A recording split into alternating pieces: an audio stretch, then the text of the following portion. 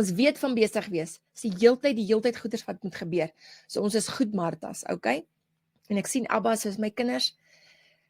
Ek wil hê julle moet net bietjie rustiger raak. Net bietjie tyd uitkoop om saam met my te wees. Nie net Martha te wees nie, maar ook te besef, eerste dinge eerste, want dis wat Maria besef het.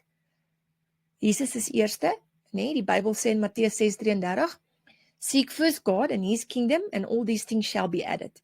Okay, wanneer ons Jesus eerste sit, wanneer ons kies om tyd met hom te spandeer, dan is dit amper asof ons deur Jesus hierdie goeders doen. Nie in ons eie krag nie, deur Jesus. En dan is daar 'n bietjie van 'n beter vloei en 'n beter capability en ability wat begin gebeur, want dit is nie net ons alleen nie. Dis presies die versie wat ek in die begin gesê het. Almal wat vermoeid is, die stres van die wêreld, die druk van die wêreld, dit maak ons mal, nê? Dis swaar laste. Jesus wil ons help dra.